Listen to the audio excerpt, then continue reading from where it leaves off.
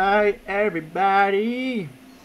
Bienvenue pour cette dernière vidéo du premier jour de compétition de la grosse stuff, je pense.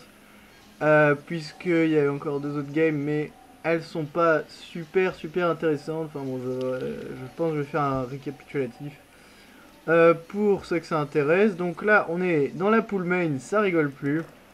Et ça oppose Mighty Beefle, donc T-Beefle, hein, à Nash, qui joue respectivement en Protoss bleu et en Terran orange. Donc voilà, donc pour l'instant, dans la compétition, ça s'est pas passé super bien pour T-Beefle. Là, on va être honnête, il a quand même perdu deux matchs jusqu'à présent en off-race. On a vu qu'il avait pas mal de mal avec Terran. Mais avec Protoss, il est un peu mieux, donc on va voir ce que ça donne. Hop, toujours plus joli avec ça. Et Nash qui wall, voilà, classique. Enfin, classique, non, c'est pas classique d'ailleurs en Protoss. Ça réserve donc une petite surprise, probablement. La gate qui est posée à 12 par Mighty Beef. Bon, je vais dire T-Beef, ça ira plus vite. Par T-Beef, donc le gaz à 12 aussi. On va peut-être chronobister les probes, hein. Petit coup, ça peut être sympa, le scout de Nash qui arrive dans la base de T-Beef et qui va constater que pour l'instant c'est super standard et qui patrouille histoire d'empêcher le wall de se finir. Et la probe qui rentre et qui va voir que dalle d'intéressant, si ce n'est un gaz qui n'est même pas miné par 3 personnes et une barax, donc rien de plus standard que ça pour l'instant. La probe facétieuse qui va se cacher derrière la buisson et qui va poser un proxy pylon. Voilà qui est audacieux de la part de T-Beef. T-Beef qui continue à jouer standard. Il a posé... Ah mais non, c'est le pylône qui est en haut, je crois. Voilà, il va attaquer le VCS, là, qui l'ennuie un petit peu. Le VCS qui vient de checker, voir qu'il n'y a rien de bien intéressant. T-Beef qui n'a toujours pas posé son cyber et qui n'a toujours pas pris son deuxième gaz ou miné son premier gaz. Donc là, petite faute de macro, encore une fois. Du coup, T-Beef se retrouve un peu à la ramasse sur son pote. Et pendant ce temps, on a un deuxième gaz chez le Terran. Alors ça, plus la factory, ça veut soit dire 1-1-1, soit Fast Banshee. Donc le 1-1-1, un peu dégueulasse et super dur à contrer en Protoss, pendant que le VCS est en attaque click et donc va croiser ce pylône. Donc pas de bol pour T-Beef. T-Beef qui pose une deuxième gate, un autre pylône qui finit finalement son wall, va pouvoir lancer Warp Gate au plus vite, faut lancer Warp Gate au plus vite, lancer Warp Gate vite. Donc pour l'instant pas de... Enfin je pense que ça va être 3 gates et... Bah non, il n'y a pas d'autre gaz. Donc peut-être un 4 gate de la part de T-Beef là, intéressant ça. Donc T-Beef qui a décidé qu'il l'a joué salaud. Et le pylône qui commence à se faire taillader par le découpeur à fusion du VCS. Pour l'instant aucun des deux genres n'a de map control, bien dommage. Et le Terran qui part sur Fast Banshee. Finalement, ouais, c'est pas Banshee ça. Parce qu'il n'y a pas eu de... En fait, voilà, c'est con ce que j'ai dit tout à l'heure. Il n'y avait pas de réacteur sur la baraque, donc ça pouvait pas être 1-1-1. Voilà. Niveau income, Terran est un peu devant, de manière un peu surprenante. Il y a eu quelques probes d'oubliés de la part du Protoss. Et voilà. Alors, et en plus, avec le gaz qu'il a, je pense que le Terran va partir sur Cloak Banshee. Et voilà, Cloak Banshee, c'est parti. Et là, le Protoss est dans la merde parce qu'il n'a que 3 gates, pas de robot, pas de forge, que dalle pour détecter. Il pourrait prendre expand là par contre. C'est un peu dommage qu'il n'y ait pas pensé. Le pylône qui va finalement choir sous les coups de perceuse du VCS. Voilà. C'est bien rapide. Et la Banshee qui est bientôt terminée. Le Terran qui a fait un bunker devant chez lui. Donc ça c'est classique.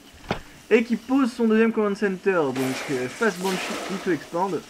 Un build original contre Protoss. C'est pas tous les jours qu'on voit ce genre de stratégie. Le VCS qui continue de checker les proxys.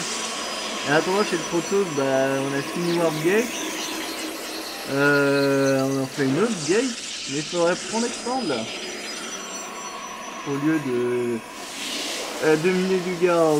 Ouais, le Protoss qui était supply block à cause de la perte de son proxy pylon. La Banshee qui va passer à l'attaque. Et là, elle va pouvoir se faire extrêmement plaisir parce qu'il n'y a toujours pas de robot. Et toujours pas de forge non plus. Oh, c'est dur. Ah oui, mais c'est fatigant hein, quand on est en vacances. Donc, allez. Qu'est-ce qui se passe? Voilà, pardon. Petit ralentissement. La Banshee qui se cloque et qui va passer à l'action et... Bim. Voilà, les probes qui commencent à mourir. De tuer Teddy qui vient, mais il peut pas attaquer parce qu'elle est en clos. Lol. Et la Banshee qui commence à attaquer les Stalkers. Faudrait mieux attaquer les probes là pendant que la robot est posée en urgence. En urgence-issime. Pendant ce temps chez le Terran, qu'est-ce qui se passe? Il y a eu 2 baraques de posée supplémentaires. L'expand qui est terminé. On fait Steam. On fait des Marauders. Donc on part sur MNMNM. Probablement, oui, puisqu'il y a un réacteur sur la baraque pour le Space. Et là, c'est la débandade chez le Protoss qui fuit complètement sa base. En laissant juste une pauvre probe et une pauvre probe à la merci de la Banshee qui est décloque et qui va commencer à attaquer le Nexus sans vergogne, alors que le all-in du Protoss arrive devant le wall du terrain, un Stalker qui tombe, les probes qui passent à l'action, mais elles ne peuvent rien faire. Il y a un maraudeur et 4 marines, plus le bunker plein de marines, et les VCS sont en repair en plus. Le wall du terrain qui ne tombera pas, la sentry tombe bientôt, c'est horrible. Tellement de probes perdus pour le Protoss, 14 maintenant. Les Stalkers qui sont un peu triso là, ils savent pas trop quoi faire. Ils attaquent le supply depot, mais il s'est réparé. Aïe aïe aïe aïe aïe aïe aïe aïe aïe aïe. Et pendant ce temps, la Banshee continue son travail de sap dans la main, toujours pas d'observateur créé. Et là, T-Biff qui est dans la merde, hein. Il a 9 contre 42. Donc cette première partie de la main passe pas très bien non plus hein, pour T-Biff. Mais voilà, il a montré qu'il avait... Oh! Eh bah voilà! Eh non. Non, non, non, c'est hors de question. Il n'expandra pas en fourbe. C'est dommage, ça aurait pu être une bonne idée. Et la Banshee qui va bientôt se décloquer. La forge qui est posée. Les probes qui reviennent à la maison. Hop! La Banshee qui s'est fait régler son compte et le Terran qui prend finalement expand. Bon, un peu late, hein. Mais avec une bonne tech et un avantage de récolteur pas du tout négligeable. Puisqu'il en a tué une bonne fiée et il ne reste plus que 9 au Protoss. Combat Shield, obus incapacitant, des Marauders, des Medivac. Bref, tout ce qu'il faut pour une bioball bien sale. Le double Engineering Bay pour les upgrades. Et je parle super bien anglais. Et là on constate qu'il y a une autre Banshee qui a été produite mais qui n'a pas été utilisée malheureusement.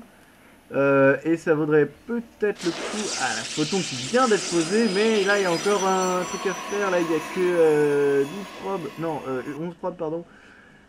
C'est chopable le temps que la photon se termine. Qu'est-ce qu'il va faire ce VCS? C'est prendre B3 pour le Terran, là le Terran qui a décidé qu'il était devant et qu'il n'y avait pas de raison pour que ça ne continue pas. Voilà, plus 1 d'attaque et de défense qui est recherché. Les Medivac qui continuent à sortir par paquet de 2. Le Nexus pardon, qui est très low life, hein, ce serait une catastrophe s'il le perdait. Un observateur, donc là il est vraiment en mode surdétection. Aucun souci. Et la Banshee de toute manière qui ne fait rien de spécial. Pour l'instant c'est tous les rochers qui sont détruits par le Terran et la partie qui se pose. Et là, le problème de T-Biff, c'est que il a déjà perdu en fait.